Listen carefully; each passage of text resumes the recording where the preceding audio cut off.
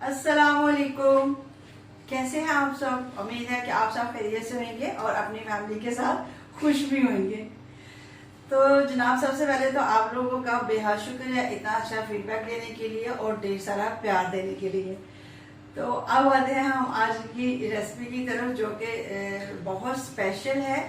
और जनाब, ये रेसिपी जो है ये एक स्वीडिश है और ये बिलोंग करती है मुगलिया दौर से।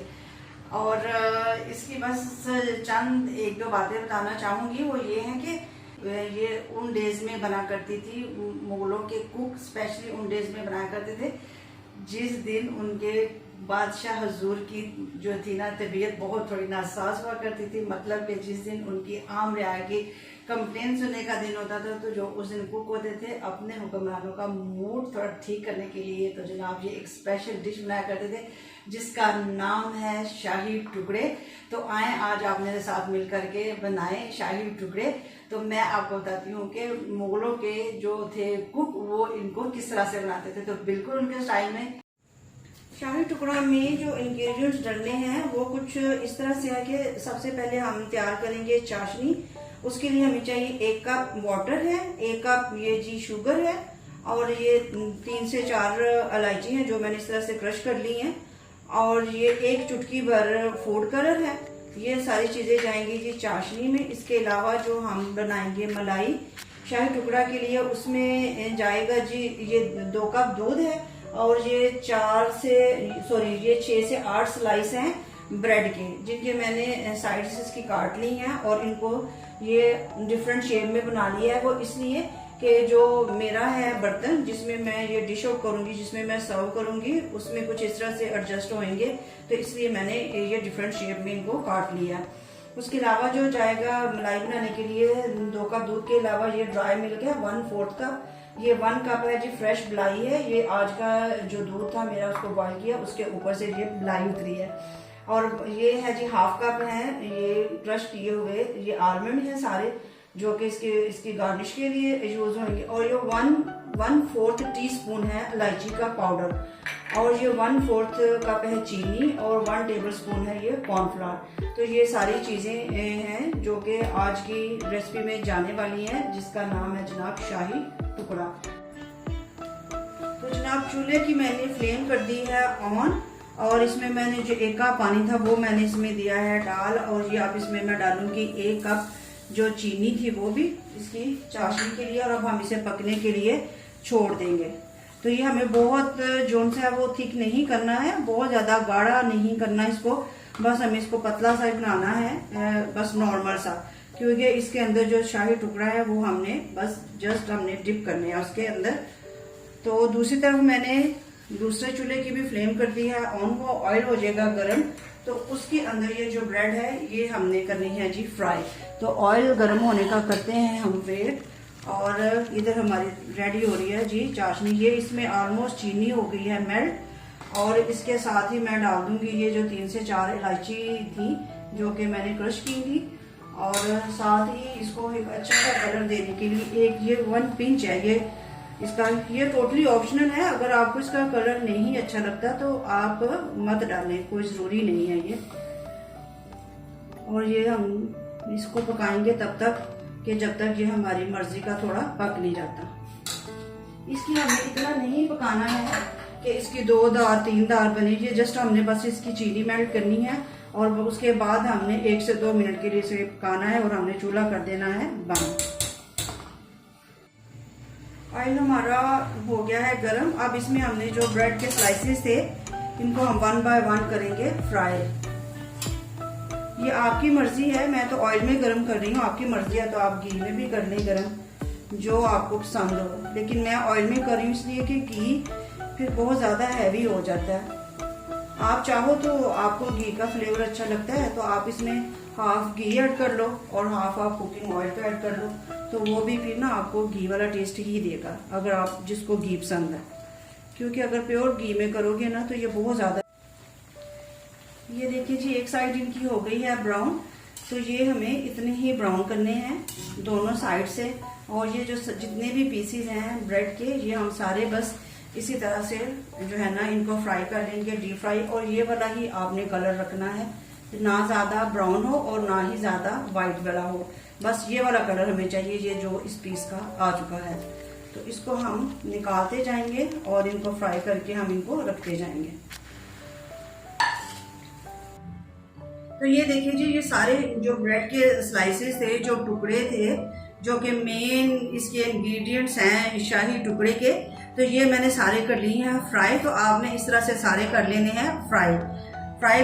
तो ये हो गए हैं। और अब मैं एक कढ़ाई लूंगी, आप चाहे पैन ले लो छोटा, चाहे कढ़ाई ले लो, और ये अब मैं रखूंगी और इसमें मैं डाल के दूध ऊपर बॉईल करना रखूंगी जी, जो कि हम अब तैयार करेंगे इसकी मलाई।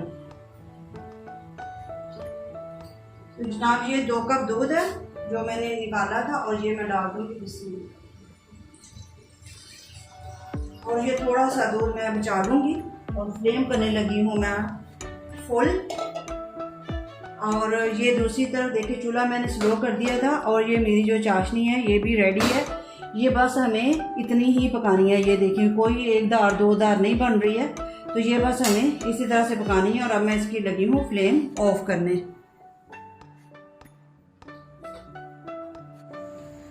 जी जनाब, तो ये हो गया है गर्म दूध, और इसमें जो हाफ ये था 1/4 जो थी शुगर, वो मैंने इसमें डाल दी है। और अब मैं इसको पकने के लिए छोड़ दूंगी। जब तक इसको बॉयल आता है तब तक हम वो जो शाही टुकड़े हैं उसको हम चाशनी में डिप करके उसको हम कर लेते हैं डिश में सेट। तो ये इस तरह से हमने सारे इसके अंदर डिप कर करके हमने इनको सेट कर देना है पूरी डिश में, जिस हिसाब से आपने ये लगानी है।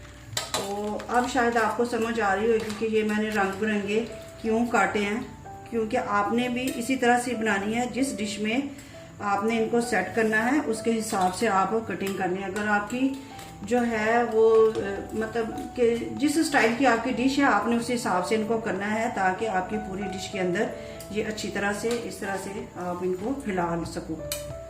और ये आपकी अपनी चॉइस है कि आप चाहो तो एक इसकी लेयर करके फिर आप इसके ऊपर दूसरी लेयर आप वो जो बना रहे हो इसकी मलाई आप उसकी कर सकते हो, और आपकी मर्जी है कि आप सारा इसको सेपरेट करके और फिर ऊपर आप वो लगा दो उसकी मलाई की लेयर। तो मैं क्या करने लगी हूँ कि मैं ये सारे इस तरह से फैला के तो मैं फिर ऊपर सारी मलाई की लेयर लगा दूंगी। और ये इतने मज़े के क्रंची इसका आता है, मतलब टेस्ट इसका। और जो बीच में कस्टर्ड डाल लो आप जो जिस तरह से मैं इसकी मलाई बना रही हूँ उस तरह से डाल के आप इसको कर लो डिश आउट। ये टोटली आपके अपने ऊपर है। और ये जितनी रेशो मैंने बताई है आप इसी से अगर इतना ही बनाओगे तो इसके लिए ये चीज़ें बिल्कुल परफेक्ट हैं। ना तो इसमें चीनी बहुत ज़्यादा होती है और ना ही कोई भी चीज़ इसमें एक्स्ट्रा नहीं होएगी, अगर आप बिल्कुल इस तरह से बनाओगे कि जिस तरह से मैं बना रही हूँ। अच्छा, ये जो चाशनी बच गई है ना, इसको भी मैं इस तरह से इसके ऊपर सारा पोर कर दूंगी। मेरे हस्बैंड कह रहे थे कि रहने दो, ये ज़रूर वीडियो में दिखाना है, तो फिर मैंने इनको बताया कि एक मुझे मैसेज आया कि जी हमने जो आपकी एग करी थी वो हमने बनाई थी, बहुत अच्छी बनी, बस ना मेरी बेगम से थोड़ी वो गाढ़ी रह गई, थिक मतलब ज़्यादा रह गई उसकी ग्रेवी। तो मैंने कहा कि उसको आप थोड़ा गर्म पानी ऐड करते और उसको अपने हिसाब से अपनी मतलब जितना टेस्ट या जितनी आपको गाढ़ा चाहिए था उतना कर लेते। तो कहते मैडम आपने वीडियो में तो वो बताया ही नहीं था कि अगर आपकी ज़्यादा थिक हो जाए तो आप उसमें गर्म पानी डाल के उसको पतला भी कर सकते हैं। तो मैंने फिर सोचा कि ये भी बता दूँ, ये ना हो कि बेचारों की चाशनी बच जाए और वो वेस्ट कर दें और फिर मुझे बोलेंगे ये तो आपने मैडम बताया ही नहीं था कि एक्स्ट्रा चाशनी का क्या करना है। तो उधर हमारी जो टुकड़े थे उनको सेट करने में उतनी देर में ये हमारा दूध हो गया था बॉयल। और इसमें जो था जी 1/4 टीस्पून जो कि इसमें था इलायची का पाउडर, वो मैंने ऐड कर दिया है। और अब इसमें थोड़े से मैं आलमंड ऐड कर दूंगी और बाकी के मैं गार्निश के लिए रख दूंगी। और ये जो मैंने थोड़ा सा दूध बचा के रखा था ना, अब इसमें मैं ये जो 1/4 कप था ड्राई मिल्क का और 1 टेबलस्पून था कॉर्नफ्लोर का। अब मैं इसको अच्छी तरह से करूंगी मिक्स, और मिक्स करके इसको हिलाते हुए मैं इसे बाकी के दूध में पोर करती जाऊंगी।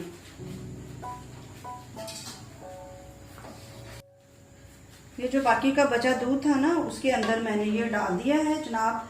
इसमें मैंने 1/4 कप ड्राई मिल्क और 1 टेबलस्पून भर के कॉर्नफ्लोर का, और ये जो हाफ कप मलाई थी, अब इस स्टेज पे मैं इसमें ये ऐड कर दूंगी और फिर इसको अच्छी तरह से हम मिक्स करते हुए पका लेंगे 1 से 2 मिनट। और इससे क्या होगा कि ये जो हमारा दूध है ना, ये बहुत अच्छे से थिक हो जाएगा और बहुत इसमें रिचनेस आना शुरू हो जाएगी। तो बस हमने इसको 1 से 2 मिनट ऐसे पकाना है और फिर मैं इसमें ऐड कर दूंगी जी ये जो था कॉर्नफ्लोर और ड्राई मिल्क। चूल्हा फ्लेम मैंने थोड़ी बढ़ाई है, तेज की है मैंने, और ये देखिए दूध को बॉयल आने लग गया है। तो अब इसमें मैं ये कॉर्नफ्लोर और ड्राई मिल्क ऐड करके इसे पकाएंगे हम।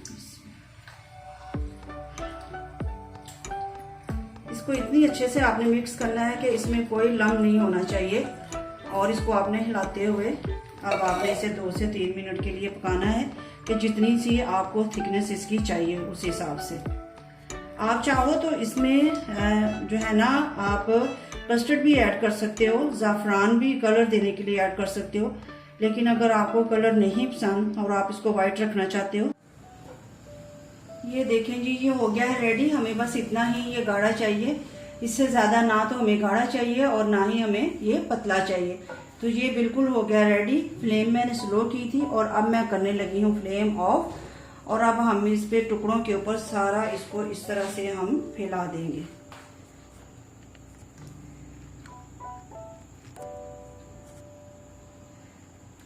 ऐसे करके।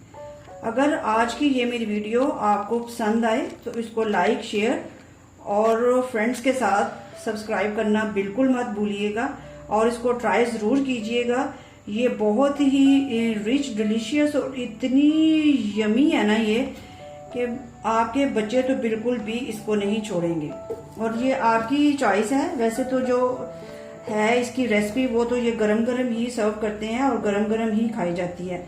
अगर आप मार्केट से लो तो वो आपको बाकायदा अपनी उसमें से वो जो कूंडा होता है उसमें से निकाल करके आपको गर्म करके सर्व करते हैं, मगर मेरे घर में ये ठंडी खाई जाती है। तो ये फ्रिज में रखेंगे हम और इसको करेंगे ठंडा और फिर इसको हम करेंगे सर्व।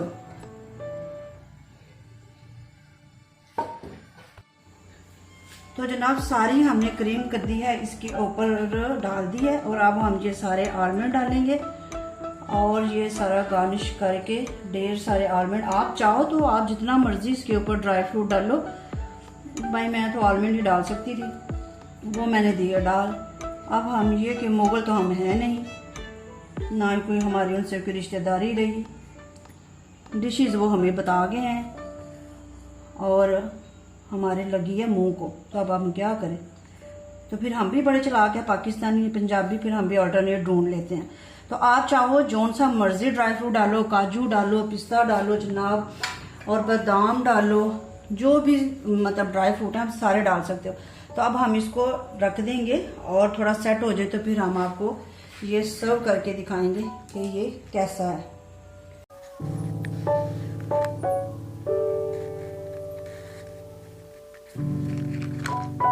तो जनाब ये थी मेरी आज की रेसिपी, और उम्मीद है कि आप सबको बहुत पसंद आएगी। आप इसको ट्राई जरूर कीजिएगा। ये आपके बच्चे भी बहुत शौक से खाएंगे क्योंकि ये बहुत ही यमी है, बहुत सॉफ्ट है और बहुत टेस्टी बनती है और बहुत झटपट भी बन जाती है। और जनाब इसका मुझे फीडबैक देना बिल्कुल मत भूलिएगा। अगर आपको मेरी आज की रेसिपी अच्छी लगे तो इसको लाइक, शेयर, कमेंट और सब्सक्राइब करना बिल्कुल मत भूलिएगा। तो इसके साथ ही मुझे दे इजाजत। तो फिर मिलेंगे next time next new recipe के साथ। तब तक के लिए अल्लाह हाफिज।